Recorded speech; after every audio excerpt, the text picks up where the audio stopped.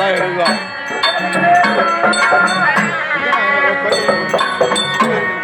நாளிலே பூமாதேவி சிறிய நிற்பதற்காக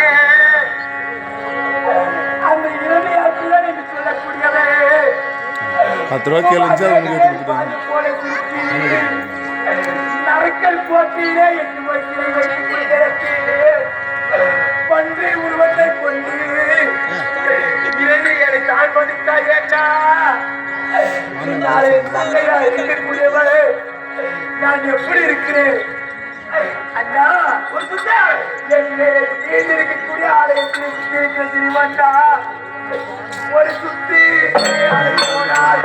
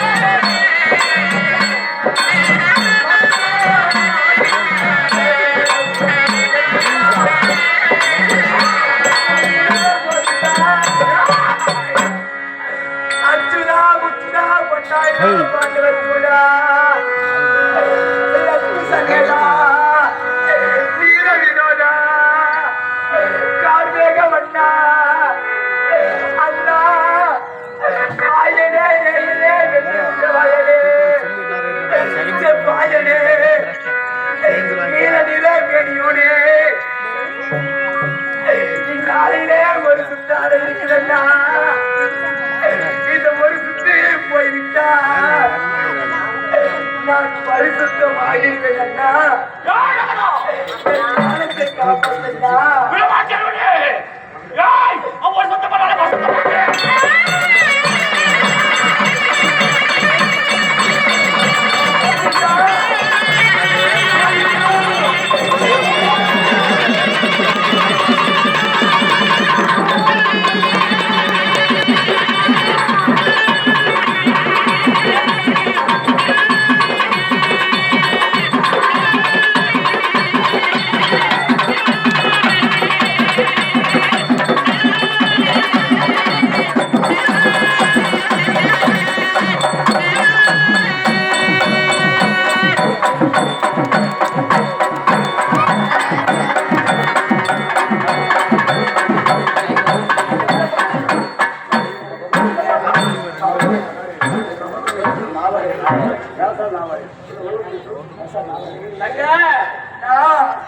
ஆண்டவனை நினைத்து விட்டாய்.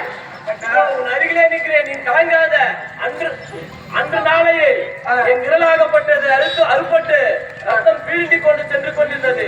முந்தானை கிழித்து என் உயிரை காப்பாற்றினாய். அன்று கொடுத்த வாக்கு ஒரு நொடியில் உன் அபிமானத்தை காப்பாற்றுகிறேன். தங்க நீ கலங்காத.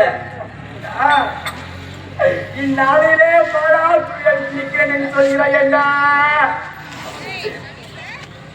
அடே பாவிகளே, அடே பாவி துச்சோதனா, அடே பாவி துரியோதனா, துரியோதனா, இந்நாளிலே அண்ணன் மனைவி தாய்க்கு சமம் என்று பாராமல் என்னை 60ஆம் படி மீது ஏற்றி என் ஆடையை அவமானம் செய்து என்னை நிறுவனமாக்கி என் வலது துணைவில் அமர செய்ய தம்பி என்று சொன்னாயே. எப்போது இந்த வலது துணைவில் அமர சொன்னாயோ இந்நாளில் நான் சொல்கிறேன், உனக்கு என் இளைய கணவராயிருக்கக்கூடியவர், என் இளைய கணவர் கதையினாலே உன் துணையாகப்பட்டது முடிய வேண்டும்.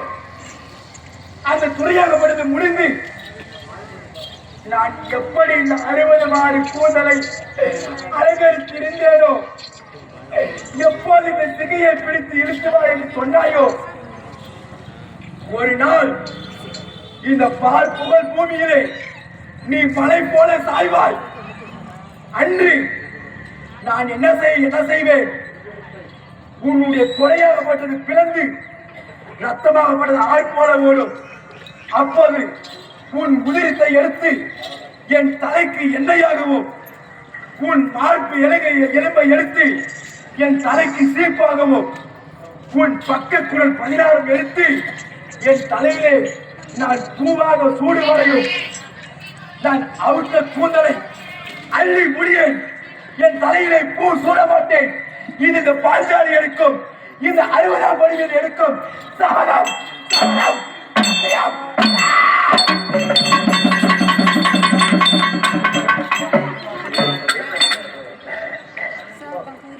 அண்ணா துரியோதனா, அண்ணா அந்த